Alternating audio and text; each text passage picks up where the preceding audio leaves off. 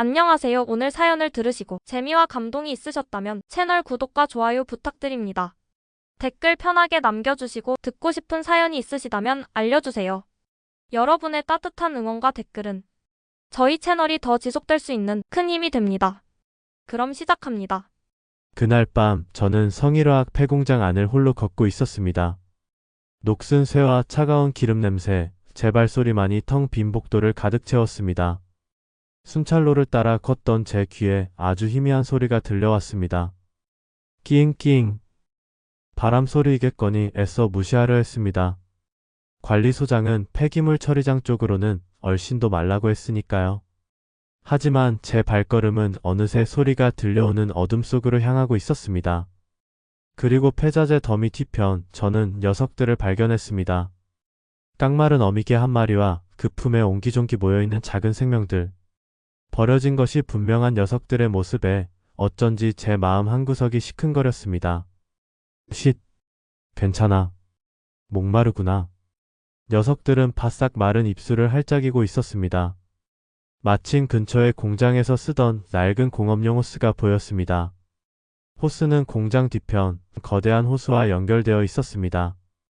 호수 물이니 깨끗하겠지. 저는 낡고 뻑뻑한 밸브를 온 힘을 다해 돌렸습니다. 잠시 컥컥거리던 호스 끝에서 시원한 물줄기가 쏟아져 나왔습니다. 저는 손으로 물을 받아 녀석들의 입가에 조심스럽게 가져다 주었습니다. 새끼들은 허겁지겁 제 손에 물을 할아 먹었습니다. 그 작은 혀의 감촉에 저는 잠시나마 이 삭막한 곳에서 작은 위안을 얻었습니다. 하지만 그 작은 친절은 제가 저지른 가장 끔찍한 실수가 되었습니다. 다음 날 밤 저는 설레는 마음으로 녀석들을 다시 찾아갔습니다. 하지만 저를 반긴 것은 어미개의 구슬픈 울음소리였습니다. 그리고 그 곁에는 어제 제 손에 물을 가장 먼저 할아먹던 새끼 한 마리가 싸늘하게 식어 있었습니다. 입가에는 하얀 거품이 말라붙어 있었고 작은 몸은 돌처럼 딱딱하게 굳어 있었습니다. 머릿속이 하얘졌습니다. 저는 그저 목마른 생명에게 물 한 모금을 주었을 뿐입니다. 선한 마음으로 베푼 작은 행동이었습니다. 그런데 대체 왜 이 작은 생명은 고통스럽게 죽어야만 했을까요? 그날 밤 저는 몰랐습니다. 제가 녀석들에게 건넨 것이 물이 아니라 독이었다는 것을. 그리고 그 거대한 호수가 품고 있는 대한민국 전체를 뒤흔들 끔찍한 비밀의 시작점이었다는 것을 말입니다. 지금부터 제가 들려드릴 이야기는 바로 그날 밤 한 모금의 물에서 시작된 비극과 진실에 대한 기록입니다. 제 이름은 박영준, 40을 갓 넘긴 비정규직 경비원입니다. 불과 1년 전까지만 해도 저는 15년간 청춘을 바친 자동차 부품 공장의 번듯한 생산팀장이었습니다. 쇳물처럼 뜨거웠던 용광로 앞에서도 기계 소음으로 귀가 먹먹한 생산 라인 위에서도 저는 제 일이 자랑스러웠습니다. 하지만 시대가 변했고 공장은 문을 닫았습니다. 제 손으로 수만 개의 부품을 만들어냈지만 정작 제 인생의 부품 하나는 제자리를 찾지 못하고 길 위를 떠돌게 되었습니다. 수십 군데의 이력서를 넣었습니다. 하지만 세상은 기름때 묻은 손과 40 넘은 나이를 가진 기술자를 반기지 않았습니다. 함께 퇴직했던 동료들은 저를 보며 혀를 찼습니다. 술자리에서 한 동기가 제 어깨를 툭 치며 말했죠. 영준아, 너는 너무 정이 많아서 문제야. 옛날부터 그랬어. 생산 라인에 길고양이 들어왔다고 사료 챙겨주고 고장난 기계도 사람처럼 달래가며 쓰질 않나. 그렇게 사사로운 것에 연연해서야 어디 이 험한 세상에서 살아남겠어? 그의 얼굴엔 진심 어린 걱정과 함께 희미한 조소가 섞여 있었습니다. 어쩌면 그의 말이 맞았는지도 모릅니다. 아내는 제 그런 모습을 답답해했고 아들은 무능한 아버지를 조금씩 멀리하기 시작했습니다. 결국 제게 남은 마지막 일자리는 모두가 기피하는 성일화학 폐공장의 야간 경비원 자리였습니다. 회사는 공장을 폐쇄했지만 남은 코철과 비싼 설비들을 지키고 혹시 모를 안전사고에 대한 법적 책임을 피하기 위해 최소한의 인력만 남겨두었습니다. 그게 바로 저였습니다. 강철 거인의 무덤처럼 스산한 공장 뒤편으로는 거대한 호수가 잿빛 하늘을 비추고 있었습니다. 한때는 공장의 식수원이자 생명줄이었을 그 호수는 이제는 아무도 찾지 않는 죽은 공간이 되어 공장의 적막함을 더해주고 있었죠. 첫 출근 날 관리소장이라는 사람이 저를 아래 위로 휘어보며 말했습니다. 그의 이름은 김철민이었습니다. 기름을 바른 머리카락과 얇은 입술이 유독 인상 깊은 사람이었죠. 박영준 씨라고 했죠. 뭐 별거 없습니다. 그냥 밤새 잠 안 자고 순찰만 잘 돌면 됩니다. 괜히 쓸데없는 짓 하지 말고 눈에 보이는 것만 보고 들리는 것만 들어요. 알겠습니까? 그의 말투에는 저를 향한 명백한 무시가 담겨 있었습니다. 낡은 작업복을 입은 제 모습이 그의 눈에는 한심해 보였을 겁니다. 저는 그저 고개를 숙일 뿐이었습니다. 네, 알겠습니다. 소장님. 특히 저쪽 폐기물 처리장이나 호숫가 근처는 갈 필요 없어요. 위험하기도 하고 볼 것도 없으니까. 그냥 정해진 순찰로만 다니세요. 그렇게 제 새로운 일상은 시작되었습니다. 손전등 하나의 의지에 어둠이 내린 공장을 걷고 또 걸었습니다. 제 발소리만이 텅 빈 복도를 따라 메아리처럼 울렸고 바람이 깨진 유리창을 스치는 소리는 꼭 죽은 거인의 흐느낌 같았습니다. 녹슨 쇠와 차가운 기름 냄새, 축축한 바닥에서 올라오는 곰팡이 냄새가 뒤섞여 머리를 어지럽혔습니다. 이곳은 제 실패한 인생의 마지막 정류장이자 거대한 관속이었습니다. 이따금씩 아내에게 전화를 걸면 돌아오는 것은 차가운 한숨뿐이었습니다. 여보, 나야. 잘 지내? 그냥 그렇지 뭐. 당신은 거기 아직도 다녀? 어떡해? 이것마저 없으면 우리. 알았어. 끊어. 애학원 갈 시간이야. 뚜뚜뚜.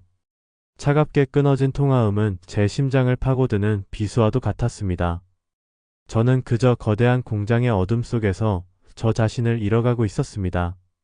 그러던 어느 날 밤, 그 정막을 깨는 아주 작은 소리를 듣기 전까지는 말입니다. 그 소리가 제 인생을, 그리고 수많은 사람들의 운명을 통째로 뒤흔들게 될 줄은 꿈에도 모른 채 말입니다. 그날도 어김없이 자정을 넘긴 시각이었습니다. 차가운 가을 바람이 뼈마디를 시리게 파고들었고 저는 낡은 경비 초소에서 컵라면 하나로 온몸을 녹이고 있었습니다. 짭짤한 국물이 목구멍을 넘어가는 순간 제 귀에 희미한 소리가 들려왔습니다.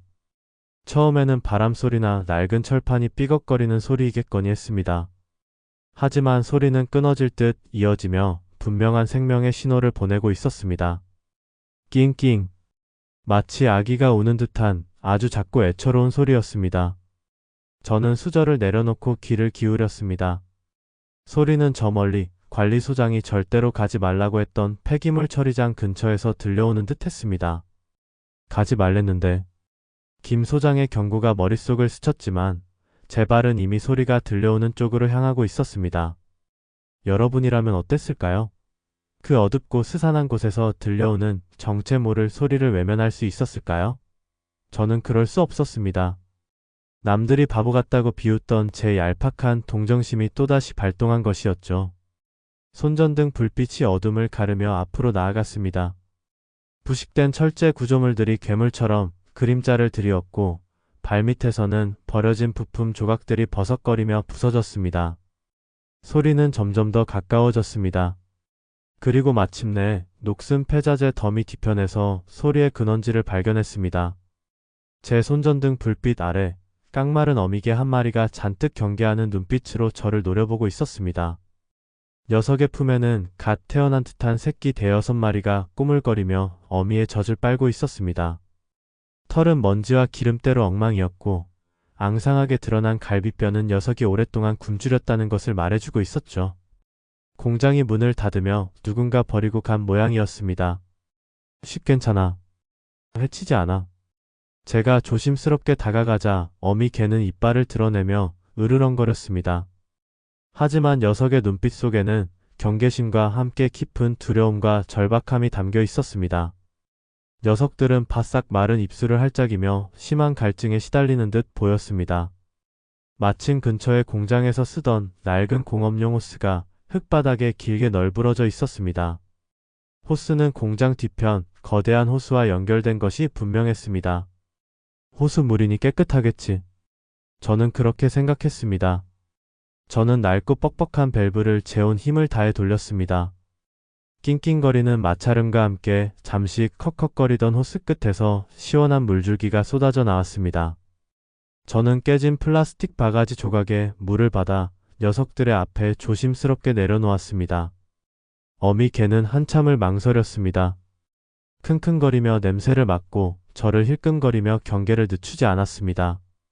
하지만 새끼들이 먼저 다가가 물을 할짝이기 시작하자 어미개도 이내 참을 수 없는 갈증에 물을 마시기 시작했습니다. 그 모습을 보자 왠지 모르게 코끝이 찡해졌습니다. 거대한 폐공장 속에서 버려진 녀석들의 모습이 어쩐지 세상으로부터 버려진 제 처지와 겹쳐 보였습니다. 그래, 많이 마셔라. 내가 매일 챙겨줄게. 그날 이후 제게는 새로운 일과가 생겼습니다. 밤마다 순찰을 돌기 전 녀석들을 찾아가는 것이었죠. 제 컵라면과 도시락 반찬은 녀석들의 훌륭한 저녁 식사가 되었고 호스에서 나오는 물은 녀석들의 갈증을 해결해 주었습니다. 어미 개는 더 이상 저를 경계하지 않았습니다. 제가 다가가면 꼬리를 흔들었고 새끼들은 제 발치에 와서 앵겨 붙으며 재롱을 부렸습니다. 녀석들의 작은 온기가 제 얼어붙었던 마음을 조금씩 녹여주었습니다. 하지만 저는 그때 알지 못했습니다. 제가 무심코 돌렸던 그 낡은 밸브가 판도라의 상자를 여는 손잡이가 될 줄은 말입니다. 화창한 가을날이었습니다. 낮 동안 내리쬐던 햇살의 온기가 채 가시지 않은 초저녁, 저는 평소보다 조금 이른 시간에 녀석들을 찾아갔습니다. 낮에 아내가 싸준 도시락에는 제가 좋아하는 계란말이가 들어있었거든요. 이 맛있는 걸 녀석들과 나눠 먹을 생각에 발걸음이 절로 가벼워졌습니다. 얘들아, 아빠 왔다. 오늘 특식이다. 저는 콧노래까지 흥얼거리며 녀석들의 보금자리로 향했습니다. 하지만 폐자재 더미에 다가갈수록 평소와는 다른 이상한 정적이 느껴졌습니다. 늘 제 발소리를 듣고 가장 먼저 달려나와 꼬리를 치던 어미개의 모습이 보이지 않았습니다. 심장이 쿵 하고 불안하게 내려앉았습니다. 얘들아, 어디 있니? 조심스럽게 폐자재 더미 뒤로 다가간 순간 저는 숨을 멈췄습니다. 어미개가 구석에 웅크린 채 미동도 하지 않고 있었습니다. 그리고 그 품에는 새끼 2마리가 축 늘어져 있었습니다. 저는 황급히 다가가 새끼 1마리를 조심스럽게 들어 올렸습니다. 작은 몸은 이미 차갑게 식어 딱딱하게 굳어 있었습니다. 입가에는 하얀 거품이 말라붙어 있었고요. 아, 안 돼. 제 손에 들린 도시락 통이 쨍그랑 소리를 내며 바닥으로 떨어졌습니다. 계란말이가 흙바닥 위로 허무하게 흩어졌습니다. 어미 개는 죽은 새끼 곁을 떠나지 못하고 코를 박은 채 구슬프게 울고 있었습니다. 마치 제게 미안하다고, 지켜주지 못해서 미안하다고 말하는 것 같았습니다. 다른 새끼들도 구석에 모여 시름시름 앓고 있었습니다. 녀석들의 까만 눈망울에는 생기라고는 찾아볼 수 없었습니다. 대체 왜 이런 거야? 저는 망연자실한 채 주저앉았습니다. 처음에는 갑자기 추워진 날씨 탓이거나 어미가 약해져서 젖이 잘 나오지 않는 탓이라고 생각했습니다. 전염병일지도 모른다는 끔찍한 생각도 스쳐 지나갔습니다. 제가 할 수 있는 일은 아무것도 없었습니다. 그저 죽은 새끼들을 수건에 곱게 싸서 공장 뒤편 양지 바른 곳에 묻어주는 것뿐이었습니다. 축축한 흙을 파내며 제 볼 위로 뜨거운 눈물이 흘러내렸습니다. 다음 날 저는 착잡한 마음으로 관리소장 김철민을 찾아갔습니다. 혹시나 공장 내에 쥐약이라도 놓은 것이 있는지 아니면 다른 이유가 있는지 물어봐야 했습니다. 사무실 문을 열자 김 소장은 다리를 책상 위에 척 올린 채 스마트폰 게임에 열중하고 있었습니다. 소장님, 드릴 말씀이 있습니다. 아, 뭐야? 바쁜 사람 귀찮게. 그는 시선도 주지 않은 채 건성으로 대답했습니다. 제가 공장 내에 사는 개들과 새끼들이 죽은 이야기를 꺼내자 그는 그제야 고개를 들었습니다. 그의 표정에는 놀라움이나 안타까움 대신 귀찮음과 짜증이 가득했습니다. 뭐야? 깨? 아니, 박영준 씨. 지금 제정신이야? 그깟 떠돌이 개 몇 마리 죽은 걸 나한테 보고하러 온 거냐고. 아니, 그게 아니라 혹시 공장 내에 무슨 문제가 있는 건 아닌가 해서요. 갑자기 새끼들이 죽어서. 문제가 있긴 뭐가 있어. 저기 호수물이 좀 더러워야지. 원래 야생 동물들은 더러운 물 마시고 병들어서 죽기도 하는 거야. 박영준 씨, 내가 처음부터 말했지. 쓸데없는 짓 하지 말라고. 당신 일이나 제대로 해. 어디서 개 키우면서 정 붙이고 있어? 그러다 정식 계약 못하고 쫓겨나도 난 몰라. 김 소장은 자리에서 일어나 제 어깨를 툭툭 치며 비웃었습니다. 그의 손길에서 전해지는 냉기는 제 마음을 더욱 서늘하게 만들었습니다. 알겠습니다. 죄송합니다. 결국 저는 아무런 소득 없이 사무실을 나올 수밖에 없었습니다. 그의 말이 맞을지도 모릅니다. 저는 그저 비정규직 경비원일 뿐이고 제게 주어진 일은 이 거대한 공장을 지키는 것 뿐이니까요. 하지만 제 마음속에는 무언가 석연치 않은 덩어리가 남았습니다. 그건 단순한 슬픔이나 안타까움과는 다른 종류의 감정이었습니다. 마치 거대한 기계의 톱니다 바퀴가 어긋나기 시작할 때 나는 불길한 소음 같은 것. 그 불길한 예감은 며칠 뒤 제 눈앞에서 더욱 끔찍한 현실로 나타났습니다. 새끼들의 죽음 이후 공장의 밤은 더욱 깊고 어두워진 듯 했습니다. 저는 남은 녀석들을 살리기 위해 팩방으로 노력했습니다. 인터넷을 뒤져 강아지에게 좋은 음식을 찾아보고 제 비상금을 털어 동물 약국에서 영양제까지 사다 먹였습니다. 하지만 녀석들의 상태는 나아질 기미를 보이지 않았습니다. 하루가 다르게 녀석들은 야위어 갔고 움직임도 눈에 띄게 둔해졌습니다. 제발 기운 좀 내. 응? 저는 앓고 있는 새끼 한 마리를 품에 안고 속삭였습니다. 녀석의 작은 심장이 제 손바닥 위에서 가쁘게 뛰고 있었습니다. 그 작은 생명의 떨림이 제게는 마치 꺼져가는 촛불처럼 위태롭게 느껴졌습니다. 어미개는 제 곁에 바싹 붙어 앉아 걱정스러운 눈빛으로 제 얼굴과 새끼를 번갈아 쳐다볼 뿐이었습니다. 그러던 어느 날 밤이었습니다. 그날따라 유독 바람이 거세게 불었고 낡은 공장의 철문들이 밤새도록 덜컹거리며 울어댔습니다. 순찰을 돌던 저는 왠지 모를 불안감에 평소보다 일찍 녀석들에게 향했습니다. 그리고 그곳에서 저는 제 인생에서 가장 끔찍한 장면 중 하나를 마주하게 되었습니다. 가장 기운차던 새끼 한 마리가 바닥에 쓰러져 가쁜 숨을 몰아쉬고 있었습니다. 녀석은 온몸을 부들부들 떨며 경련을 일으켰고 입에서는 다시 하얀 거품이 흘러나오고 있었습니다. 안 돼.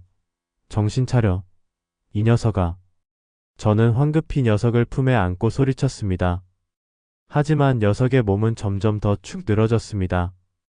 발버둥 치던 내 다리가 힘없이 툭 떨어지고 가쁘게 뛰던 심장 소리가 점점 잦아들었습니다. 그리고 마침내 녀석은 제 품에서 숨을 거두었습니다. 아직 온기가 채 가시지 않은 작은 몸의 무게가 천근만근처럼 제 마음을 짓눌렀습니다. 절망에 빠져 굳어버린 제 눈에 들어온 것은 바로 녀석들에게 물을 주던 낡은 호스였습니다. 그리고 그 호스와 연결된 저 멀리 어둠 속에서 음산하게 펼쳐진 거대한 호수. 김 소장은 호수물이 더러워서 그럴 수 있다고 했습니다. 하지만 이건 그냥 더러운 수준의 문제가 아니었습니다. 이건 명백한 독이었습니다. 멀리서 볼 때는 평범해 보였던 호숫가로 다가가 자세히 살펴보자 물 위에는 무지갯빛 기름막이 얇게 떠 있었고 주변 갈대밭에는 배를 뒤집고 죽어있는 물고기 몇 마리가 썩어가고 있었습니다. 설마 이 호수 전체가? 온몸에 소름이 돋았습니다. 심장이 쿵쿵쿵 미친 듯이 울리기 시작했습니다. 저는 당장이라도 이 물을 확인해보고 싶었습니다. 다음 날 저는 월급날까지 버티기 위해 아껴두었던 비상금을 들고 시내로 나갔습니다. 그리고 수족관 용품 가게에서 가장 저렴한 수질 테스트기를 하나 샀습니다. 가게 주인은 저를 이상한 눈으로 쳐다봤습니다. 아저씨, 이걸로 뭘 하시려고요? 어항 물 검사하시게요? 아, 네. 뭐 비슷합니다. 저는 어색하게 웃으며 가게를 빠져나왔습니다. 그날 밤 저는 떨리는 손으로 테스트기를 들고 호스가 있는 곳으로 향했습니다. 밸브를 틀어 흘러나오는 물을 조심스럽게 채취해 테스트기에 떨어뜨렸습니다. 제발 아니기를. 제발 제 예상이 틀렸기를.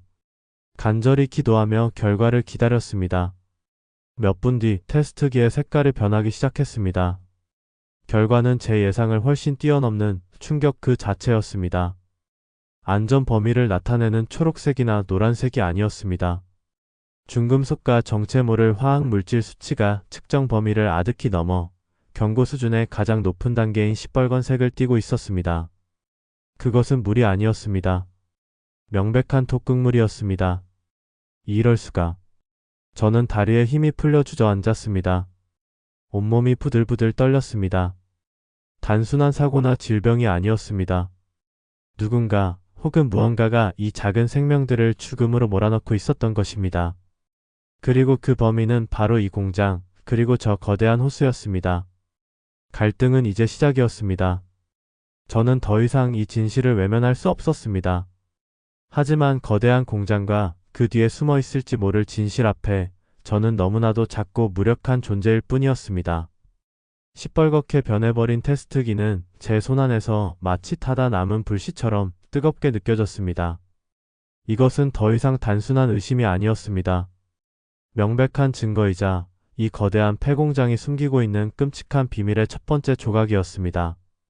제 심장은 분노와 공포로 거세게 요동쳤습니다. 이 독극물이 호수 전체를 오염시키고 있다면 이건 단순히 강아지 몇 마리의 죽음으로 끝날 문제가 아니었습니다. 이 주변 지역 생태계 전체가 죽어가고 있다는 뜻이니까요. 다음 날 저는 동이 트자마자 관리소장 김철민의 사무실 문을 거의 부술듯이 열어젖혔습니다. 그는 소파에 누워 잠을 자다 제 기세에 놀라 벌떡 일어났습니다. 아, 뭐야? 아침부터 사람 잠 다 깨우고. 무슨 일이야? 저는 그의 면전에 시뻘게 변한 테스트기를 내밀었습니다. 소장님, 이게 뭔지 아시겠습니까?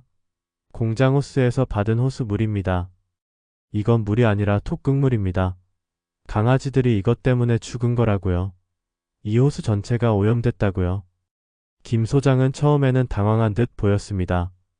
하지만 이내 제 손에 들린 테스트기를 낚아채듯 가져가더니 그것을 이리저리 돌려보며 혀를 찼습니다. 그리고는 믿을 수 없다는 듯이 저를 보며 피식 웃었습니다. 아, 박영준 씨. 당신 지금 나랑 장난해? 어디서 이런 장난감 같은 걸 가져와서 독극물이니 뭐니 당신 화학자야? 전문가냐고. 장난이 아닙니다. 수치가 이렇게 나왔잖습니까? 이건 명백한 증거입니다. 증거? 이걸 누가 증거로 인정해준대? 박영준 씨, 당신 정말 안 되겠네. 내가 경고했지. 쓸데없는 짓 하지 말라고. 당신이 할 일은 밤새 순찰 돌면서 도둑이나 막는 거지 이런 걸로 소설 쓰는 게 아니야. 그의 태도는 완고했습니다. 아니, 완고함을 넘어 무언가를 필사적으로 외면하려는 것처럼 보였습니다. 제가 계속해서 문제의 심각성을 이야기하자 그의 표정은 순식간에 차갑게 돌변했습니다. 박영준 씨, 당신 이 일자리 정말 잃고 싶어? 당신 나이 40 넘어 이런 자리 구하기 쉬운 줄 알아? 내가 자르면 당신은 그냥 끝이야. 알아들어? 한 번만 더 그 개새끼들 문제로 나 찾아오면 그땐 정말 당신 짐 싸서 내쫓을 줄 알아. 그의 눈빛은 진심이었습니다.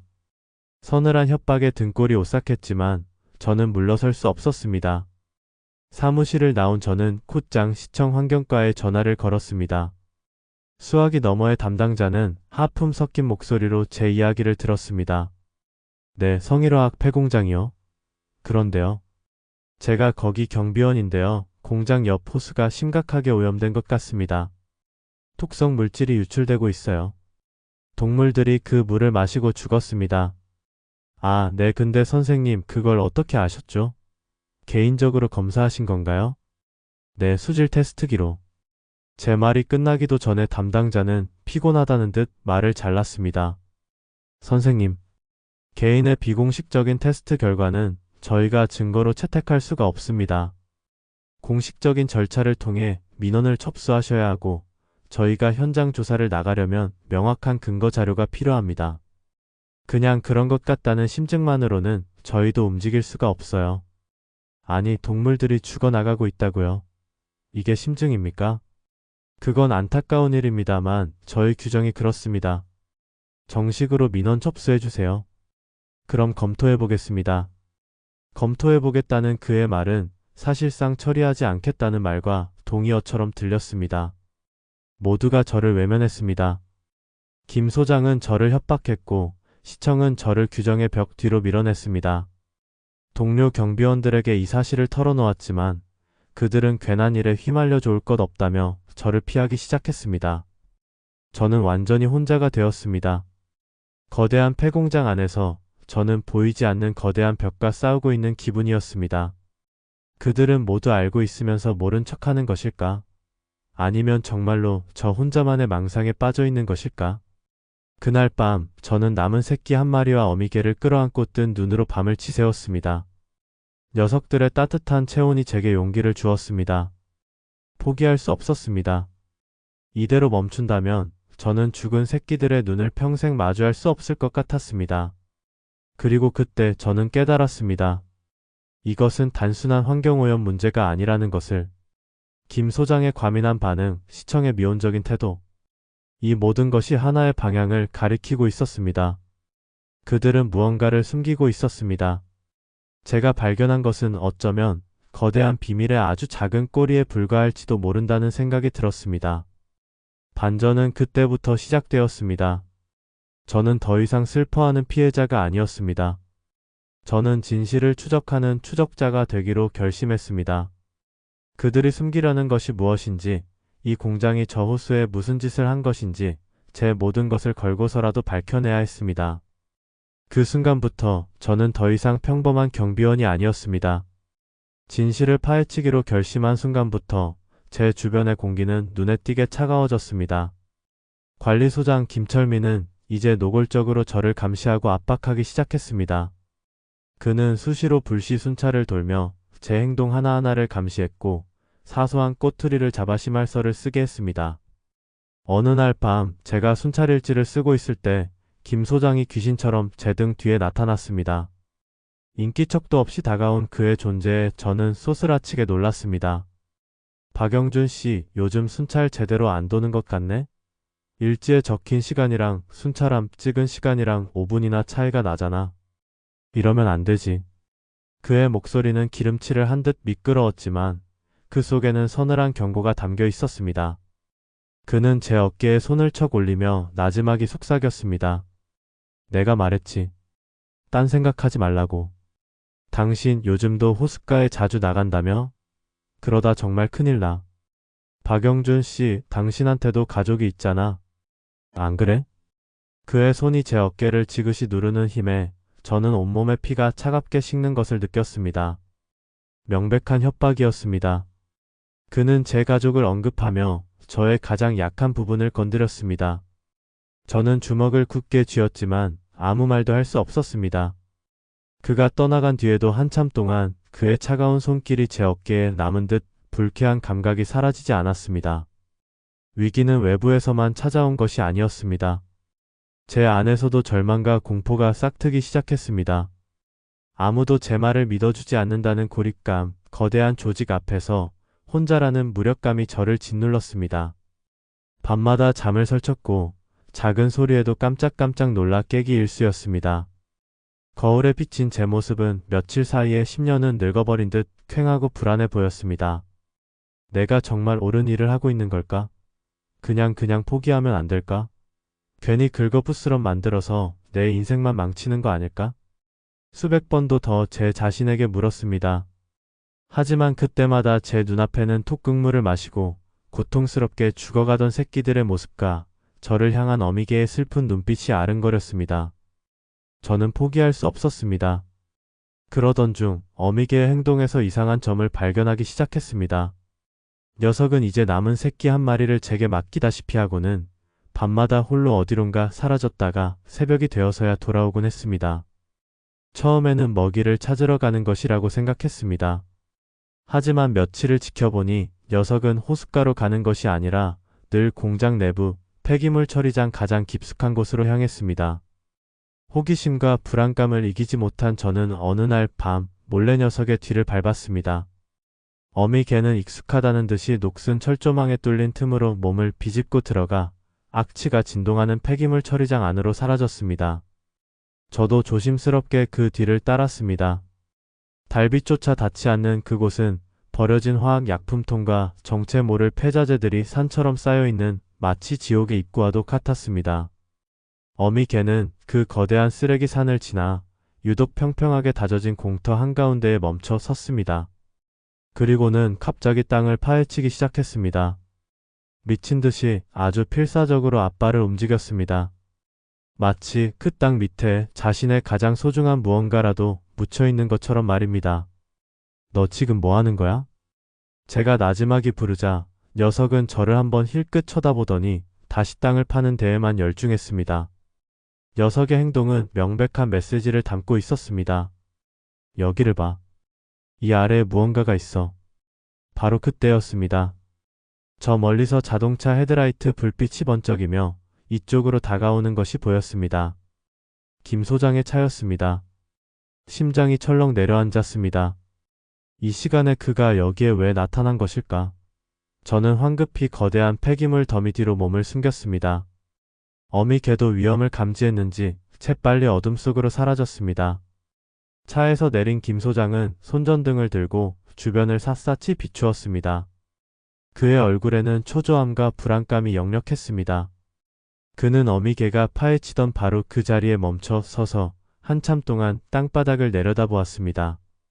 그리고는 혼잣말처럼 중얼거렸습니다. 젠장 비가 더 오기 전에 빨리 처리해야 하는데. 그의 목소리는 바람 소리에 섞여 희미하게 들렸지만 제 귀에는 천둥처럼 박혔습니다. 처리한다니. 대체 무엇을? 이 땅 밑에 대체 무엇이 묻혀있기에 저토록 불안해하는 것일까? 저는 그 순간 깨달았습니다. 호수는 결과일 뿐 원인은 바로 이 공장 땅속 깊은 곳에 묻혀있다는 것을. 위기는 이제 절정으로 치닫고 있었습니다. 그날 밤 이후 저는 결전을 준비했습니다. 더 이상 물러설 곳이 없었습니다. 김 소장의 혼잣말은 제게 남은 마지막 의심마저 확신으로 바꿔놓았습니다. 저 땅 밑에 묻힌 진실을 제 눈으로 직접 확인해야만 했습니다. 그것이 제게 남은 유일한 길이었습니다. 결전의 날은 비가 추적추적 내리는 밤으로 정했습니다. 빗소리는 제 움직임을 감춰줄 것이고 젖은 땅은 파내기 더 수월할 것이라는 계산이었습니다.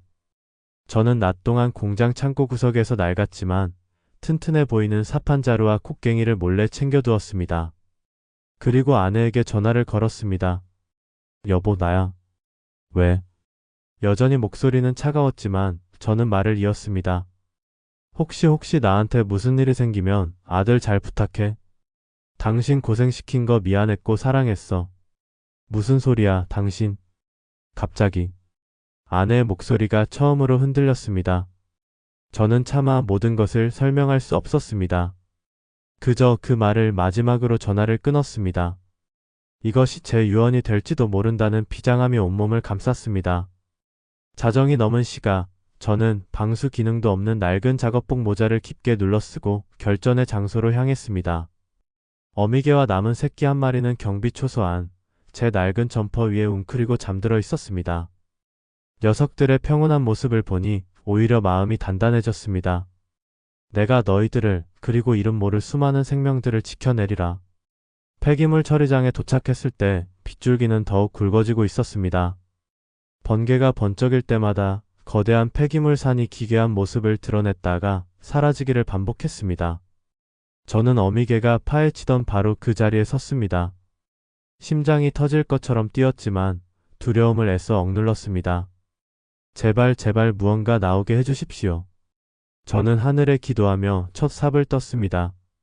질척거리는 흙이삽에 묵직하게 감겨왔습니다. 빗물과 땀이 뒤섞여 얼굴을 타고 흘러내렸지만 닦을 생각도 하지 못했습니다. 오직 땅을 파는 데에만 모든 정신을 집중했습니다. 10분, 20분 시간이 얼마나 흘렀을까? 계속되는 삽질에 팔의 감각이 무뎌질 때쯤이었습니다. 텅 하는 둔탁한 소리와 함께 삽 끝에 단단한 무언가가 걸렸습니다. 흙이 아니었습니다. 저는 미친 듯이 주변 흙을 걷어내기 시작했습니다. 제 손전등 불빛 아래 마침내 모습을 드러낸 것은 얇게 덧칠된 회색 시멘트 조각이었습니다. 인위적으로 무언가를 덮어놓은 명백한 흔적이었습니다. 찾았다. 저는 환호성을 지를 뻔했지만 가까스로 입을 틀어막았습니다. 아직 끝이 아니었습니다. 저는 미리 준비해온 곡괭이를 높이 쳐들었습니다. 그리고 재온 힘을 실어 시멘트 바닥을 내리쳤습니다. 쾅! 둔탁한 파열음과 함께 시멘트에 균열이 가기 시작했습니다. 몇 번의 가격이 더 이어지자 시멘트는 힘없이 부서져 내렸습니다. 그리고 그 순간 부서진 틈 사이로 시커먼 액체가 스며 나오기 시작했습니다. 동시에 코를 찌르는 역한 화학 약품 냄새가 훅 하고 올라왔습니다. 머리가 어지럽고 구역질이 날 정도로 끔찍한 악취였습니다. 저는 숨을 참고 부서진 시멘트 조각들을 손으로 치워냈습니다. 그리고 마침내 그 아래에 묻혀있던 것의 정체를 확인했습니다. 그것은 녹이 쓸어 붉게 변해버린 거대한 드럼통의 일부였습니다. 한두 개가 아니었습니다. 주변 땅을 더 파헤치자 수십, 수백 개의 드럼통이 빽빽하게 묻혀있는 것이 보였습니다. 드럼통 일부는 이미 부식되어 틈이 벌어졌고 그 안에서 정체 모를 검은 액체가 계속해서 흘러나와 흙 속으로 스며들고 있었습니다. 세상에, 저는 그 끔찍한 광경 앞에서 할 말을 잃었습니다. 이것이 바로 새끼들을 죽음으로 몰고 간 톡극물의 정체이자 저 거대한 호수를 죽음으로 몰고 간 진짜 원인이었습니다. 바로 그때였습니다. 등 뒤에서 차가운 목소리가 들려왔습니다. 결국 여기까지 알아내셨군. 박영준 씨. 소스라치게 놀라 뒤를 돌아보자 그곳에는 김철민 소장이 검은 우비를 입은 채 서 있었습니다. 그의 손에는 묵직한 쇠파이프가 들려 있었고 비에 젖은 그의 얼굴은 악마처럼 번들거리고 있었습니다. 역시 당신을 그냥 놔두는 게 아니었는데 말이야. 개새끼들 때문에 이 모든 걸 망치게 생겼군. 그는 천천히 아주 천천히 제게 다가왔습니다. 저는 저도 모르게 뒷걸음질 쳤습니다. 도망칠 곳은 없었습니다. 제 등 뒤에는 시커먼 톡극물을 토해내는 드럼통의 무더미, 앞에는 살기를 내뿜는 김 소장이 서 있었습니다. 결전의 순간은 제가 예상치 못한 방식으로 찾아왔습니다. 그것은 진실을 파헤치는 싸움이 아니라 제 목숨을 건 생존의 싸움이었습니다. 김철민의 눈은 더 이상 인간의 눈이 아니었습니다. 탐욕과 분노, 그리고 모든 것을 잃을지도 모른다는 절박함이 뒤섞여 짐승처럼 번뜩였습니다. 그가 손에 든 쇠파이프를 고쳐 잡으며 한 발자국 더 다가왔습니다. 빗소리와 제 심장 소리가 뒤섞여 귓가를 어지럽혔습니다. 박영준 씨, 똑똑한 줄 알았더니 아주 멍청한 사람이었네. 이걸 파헤치면 당신이 영웅이라도 될 줄 알았어? 아니. 당신은 그냥 여기서 조용히 사라지는 거야. 실종 처리되겠지. 폐공장에서 일하던 비정규직 경비원 하나 사라진다고 누가 신경이나 쓸 것 같아? 그의 말은 한치의 거짓도 없는 진실처럼 들렸습니다. 공포가 온몸을 올감했습니다. 하지만 저는 이대로 죽을 수 없었습니다. 제 손에는 아직 땅을 파던 낡은 삽자루가 들려 있었습니다. 저는 그것을 부서질 듯 꽉 쥐었습니다. 당신 이 모든 걸 알고 있었던 거군. 처음부터. 알고 있었냐고? 아, 내가 직접 지시한 일인데 모를까? 이 땅 밑에 묻힌 게 돈이 얼마짜린데 그깟 개새끼들 때문에 망칠 수는 없지. 당신만 없었으면, 당신만 아니었으면 모든 게 완벽했는데. 김철민이 악을 쓰듯 소리치며 달려들었습니다. 저는 본능적으로 몸을 날려 그의 공격을 피했습니다. 그가 휘두른 쇠파이프가 방금 전까지 제가 서 있던 자리에 드럼통을 깡 하는 굉음과 함께 내리쳤습니다. 부식된 드럼통이 찢어지며 더욱 역한 냄새를 풍기는 검은 액체가 뿜어져 나왔습니다. 질척거리는 바닥에서 엎치락뒤치락 필사적인 몸싸움이 벌어졌습니다. 그는 저를 죽이려 했고 저는 살기 위해 발버둥 쳤습니다. 엉겨붙어 싸우던 중 저는 제 주머니 속에 있던 스마트폰을 떠올렸습니다. 제 유일한 희망이었습니다. 저는 김철민의 팔을 물어뜯고 그가 고통으로 잠시 주춤한 사이 품속에서 스마트폰을 꺼냈습니다. 그리고 미리 단축번호로 저장해 두었던 번호를 눌렀습니다. 제가 마지막 희망을 걸고 연락했던 환경 전문 기자였습니다. 여보세요? 박영준 씨? 수화기 너머로 기자의 목소리가 들리는 순간 김철민이 제 손에서 스마트폰을 낚아챘습니다. 그는 스마트폰을 바닥에 내동댕이 치고 군홧발로 사정없이 짓밟아 버렸습니다. 이 새끼가. 산산조각 난 스마트폰을 보며 저는 절망했습니다. 이제 정말 모든 게 끝이라고 생각했습니다.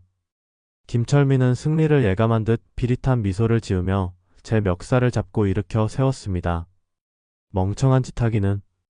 이제 아무도 널 구하러 오지 않아. 여기서 죽어, 그냥. 그가 쇠파이프를 다시 높이 쳐들었습니다. 저는 눈을 질끈 감았습니다. 하지만 바로 그 순간이었습니다. 어둠 속에서 무언가 번개처럼 튀어나와 김철민의 다리를 물어뜯었습니다. 어미 개였습니다. 녀석은 제가 위험에 처한 것을 보고 초소에서부터 달려온 것이었습니다. 악, 이 개새끼가. 김철민이 고통에 찬 비명을 지르며 다리를 뿌리쳤습니다. 녀석은 나가 떨어졌지만 그 덕분에 저는 결정적인 시간을 벌 수 있었습니다. 저는 땅에 떨어진 삽을 집어들고 그의 뒤통수를 힘껏 내리쳤습니다. 퍽 하는 둔탁한 소리와 함께 김철민은 신음소리 한 번 내지 못하고 그대로 진흙 바닥 위로 쓰러졌습니다. 저는 거친 숨을 몰아쉬며 쓰러진 김철민과 제 곁으로 다가와 낑낑거리는 어미개를 번갈아 보았습니다. 아직 끝난 게 아니었습니다. 스마트폰은 부서졌지만 통화는 연결되었었습니다. 기자는 이 모든 소리를 들었을지도 모릅니다. 저는 마지막 희망을 걸고 공중전화를 찾아 미친 듯이 달리기 시작했습니다. 핏속을 뚫고 공장 정문에 있는 공중전화 박스에 도착했을 때 저는 이미 온몸이 땀과 피로 범벅이 되어 있었습니다. 떨리는 손으로 수화기를 들고 기자의 번호를 눌렀습니다. 여보세요. 기자님, 접니다. 박영준. 박영준 씨, 괜찮으세요? 아까 그 소리들은 다 뭐였습니까? 지금 어디세요? 기자의 다급한 목소리에 저는 안도감과 함께 눈물이 터져나왔습니다. 살아있습니다. 제가 다 봤습니다. 성일화학 공장 폐기물 처리장 땅 밑에 수백 개의 드럼통이 묻혀 있습니다. 저것 때문에 호스가 오염된 겁니다. 김철민 소장이 저를 죽이려고 했어요. 모든 것을 쏟아내고 수화기를 내려놓는 순간 저 멀리서 경찰차와 방송국 차량의 사이렌 소리가 들려오기 시작했습니다. 제가 부순 스마트폰 너머로 기자는 모든 상황을 짐작하고 이미 경찰에 신고했던 것입니다. 그날 밤 성일화학 폐공장에 굳게 닫혔던 정문이 열렸습니다. 수많은 카메라 불빛과 경찰들의 손전등 불빛이 공장의 어둠을 대낮처럼 밝혔습니다. 저는 경찰들에게 모든 것을 설명했고 그들은 진흙탕 속에 쓰러져 있던 김철민을 체포했습니다. 제가 파헤친 드럼통 무덤 앞에서 기자들은 연신 카메라 셔터를 눌러댔습니다. 저는 그 모든 광경을 멍하니 바라보았습니다. 제 품에는 저를 구해준 어미개와 아무것도 모른 채 잠들어 있는 마지막 남은 새끼가 안겨 있었습니다. 녀석들의 따뜻한 체온만이 이 모든 것이 꿈이 아니라는 것을 증명해주고 있었습니다. 진실은 마침내 세상에 폭로되었습니다. 하지만 이것이 끝이 아니었습니다. 거대한 파도의 시작일 뿐이었습니다. 다음날 아침 세상은 발칵 뒤집혔습니다. 밤새 제가 제보한 내용은 모든 뉴스의 헤드라인을 장식했습니다. 도심 속 거대 폐공장 알고 보니 톡극물 매립지, 한피정규직 경비원의 용기 있는 고발, 대규모 환경 재앙 막았다. 신문과 텔레비전에서는 연일 성일화학의 비리를 대서특필했고 인터넷은 들끓었습니다. 저는 경찰서에서 밤샘 조사를 받고 참고인 신분으로 풀려났습니다. 경찰서를 나서는 제 앞에는 수많은 기자들이 몰려와 마이크를 들이밀었습니다. 박영준 씨, 심경이 어떠십니까? 김철민 소장의 협박이 계속되었나요? 두렵지 않으셨습니까? 쏟아지는 질문과 터지는 카메라 플래시 세례에 저는 어찌할 바를 몰랐습니다. 어제까지만 해도 저는 세상에 없는 사람처럼 살던 투명 인간이었습니다. 그런데 하루아침에 용감한 시민이 되어 세상의 주목을 받게 된 것입니다. 이 모든 상황이 비현실적으로 느껴졌습니다. 집으로 돌아가는 길 제 휴대폰은 쉴 새 없이 울렸습니다. 연락이 끊겼던 옛 동료들, 심지어 저를 비웃었던 그 동기에게서까지 전화가 왔습니다. 야, 영준아. 너 정말 대단하다. 뉴스 보고 깜짝 놀랐다. 우리가 사람을 잘못 봤네. 하지만 그 어떤 연락보다 저를 놀라게 한 것은 아내의 전화였습니다. 여보 괜찮아? 수화기 너머로 들려오는 아내의 목소리는 미세하게 떨리고 있었습니다. 그 목소리에는 원망이나 냉담함이 아닌 진심 어린 걱정이 담겨 있었습니다. 나 괜찮아. 걱정했어? 바보같이. 그런 위험한 일을 왜 혼자 해? 무슨 일이라도 났으면 어쩔 뻔했어. 아내는 울먹이고 있었습니다. 저는 그 순간 깨달았습니다. 아내가 저를 외면했던 것은 미움 때문이 아니라 무능한 남편을 보는 것이 너무나도 고통스러웠기 때문이라는 것을. 전화기 너머로 아들의 목소리도 들려왔습니다. 아빠 괜찮아?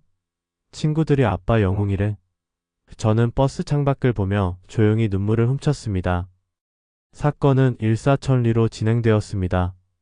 경찰 조사를 받던 김철민은 모든 혐의를 자백했습니다. 그가 모든 것을 털어놓자 그 뒤에 숨어있던 더 큰 진실이 드러나기 시작했습니다. 이것은 김철민 소장 개인의 일탈이 아니었습니다. 성일화학 본사 차원에서 조직적으로 이루어진 거대한 범죄였습니다. 그들은 폐쇄 비용 수백억 원을 아끼기 위해 치명적인 1급 발암물질과 독성 폐기물을 수년간 불법으로 매립해왔던 것입니다. 그 독성 물질이 지하수로 스며들어 거대한 호수 전체를 죽음의 공간으로 만들고 있었습니다. 더욱 충격적인 사실은 그들이 이 땅을 클린부지로 위장하여 시의 헐값에 매각한 뒤 대형 건설사와 손잡고 대규모 아파트 단지를 건설할 계획이었다는 것입니다. 만약 제가 이 사실을 밝혀내지 못했다면 수천 명의 입주민들이 자신도 모르는 사이에 톡극물 위에서 아이를 낳고 가정을 꾸리며 살아가게 될 뻔했습니다. 제 작은 행동이 대규모 환경 재앙과 수많은 사람들의 비극을 막아낸 것입니다. 성일화학 대표와 관련 임원들은 모두 구속되었습니다. 공장 부지는 특별 재난구역으로 선포되어 출입이 전면 통제되었고 정부 차원의 정화 작업이 시작되었습니다. 저는 결국 계약이 해지되어 경비원 일을 그만두게 되었습니다. 하지만 더 이상 제 마음은 불안하거나 초조하지 않았습니다. 며칠 뒤 한 동물보호단체에서 연락이 왔습니다. 제 이야기를 듣고 어미개와 남은 새끼를 보호해주고 싶다는 것이었습니다. 저는 정중히 사양했습니다. 아닙니다. 괜찮습니다. 이 녀석들은 이제 제 가족입니다. 저는 어미개와 마지막 남은 새끼 한 마리를 데리고 집으로 향했습니다. 녀석들에게 진실이와 희망이라는 이름을 붙여주었습니다. 죽어간 새끼들의 목까지 행복하게 해주리라 다짐했습니다. 낡은 아파트 현관문을 열자 아내와 아들이 저를 기다리고 있었습니다. 아들은 제 품에 안긴 강아지들을 보고 환하게 웃었습니다. 아내는 말없이 다가와 제 어깨에 흙먼지를 털어주었습니다. 그 따뜻한 손길 하나에 지난 모든 고통과 서름이 눈 녹듯 사라지는 것 같았습니다. 긴 터널의 끝이 보이기 시작했습니다. 이제 남은 것은 이 모든 것을 제자리로 돌려놓고 새로운 삶을 시작하는 것이었습니다. 시간이 흘렀습니다. 성일화학 사건은 대한민국 사회에 큰 경종을 울렸습니다. 기업의 비윤리적인 행태에 대한 비난 여론이 들끓었고 환경 범죄에 대한 처벌을 강화해야 한다는 목소리가 높아졌습니다. 제 용기 있는 행동은 많은 사람들에게 영감을 주었고 사회 곳곳에 숨어있던 비슷한 사례들이 수면 위로 드러나기 시작했습니다. 저는 여러 시민단체로부터 감사패를 받았고 정부로부터는 의로운 시민상을 받게 되었습니다. 상금으로는 그동안 아내와 아들에게 졌던 마음의 빚을 조금이나마 갚을 수 있었습니다. 하지만 제게 가장 큰 상은 따로 있었습니다. 바로 잃어버렸던 가족의 웃음을 되찾은 것이었습니다. 아들은 더 이상 저를 부끄러워하지 않았습니다. 오히려 학교에 가서 자랑스럽게 아버지 이야기를 했고 친구들에게 우리 아빠가 진짜 영웅이라고 말하고 다녔습니다. 아내는 예전처럼 따뜻한 미소를 되찾았고 저녁 식탁에는 매일 제가 좋아하는 계란말이가 올라왔습니다. 저희 집에 새로운 가족이 된 진실이와 희망이는 온 집안을 뛰어다니며 활기를 불어넣었습니다. 녀석들은 잃어버린 형제들의 목까지 씩씩하고 건강하게 자라주었습니다. 어느 주말 오후 저희 가족은 거실에 모여 앉아 앨범을 보고 있었습니다. 먼지 쌓인 앨범 속에는 제가 생산팀장으로 일하던 시절 동료들과 함께 찍은 사진들이 가득했습니다. 기름때 묻은 작업복을 입고 환하게 웃고 있는 젊은 날의 제 모습이 보였습니다. 아빠, 이때가 좋았어? 아들의 질문에 저는 잠시 생각에 잠겼습니다. 그리고는 웃으며 대답했습니다. 아니, 지금이 훨씬 좋아. 그것은 진심이었습니다. 저는 번듯한 직함과 안정적인 월급을 잃었지만 그보다 훨씬 더 소중한 것들을 얻었습니다. 제 자신의 양심을 지켜냈다는 자부심, 한 가족의 가장으로서의 떳떳함, 그리고 무엇보다 사랑하는 가족의 믿음과 존중을 되찾았습니다. 물론 세상은 크게 변하지 않았습니다. 여전히 어디선가는 이익을 위해 진실을 덮으려는 사람들이 있을 것이고, 힘없는 약자들이 고통받는 일도 계속될 것입니다. 하지만 저는 이제 두렵지 않습니다. 그날 밤 폐공장에서 저는 제 안의 작은 용기가 세상을 바꿀 수도 있다는 거대한 진실을 깨달았기 때문입니다. 여러분, 제 이야기는 여기까지입니다. 남들은 실패한 인생이라 손가락질하던 40 넘은 비정규직 경비원, 사사로운 정에 얽매여 스스로를 구렁텅이로 몰아넣었던 바보. 하지만 저는 이제 제 자신을 그렇게 생각하지 않습니다. 남들이 바보 같다고 비웃던 그 사사로운 정, 그 작은 마음이 결국에는 저를, 제 가족을, 그리고 우리 사회를 구해냈으니까요. 지금 이 순간에도 세상의 어두운 구석에서 홀로 외로운 싸움을 하고 계신 분이 있다면 부디 제 이야기를 기억해 주십시오. 당신의 작은 관심과 용기가, 당신이 지키려는 그 사사로운 가치가 세상을 바꾸는 가장 위대한 힘이 될 수 있다는 것을요. 그날 밤 제가 돌렸던 낡은 밸브에서 흘러나온 것은 죽음의 물이었지만 그 물줄기는 결국 진실이라는 거대한 강으로 흘러 들어갔습니다. 제 긴 이야기에 귀 기울여 주셔서 정말 감사합니다.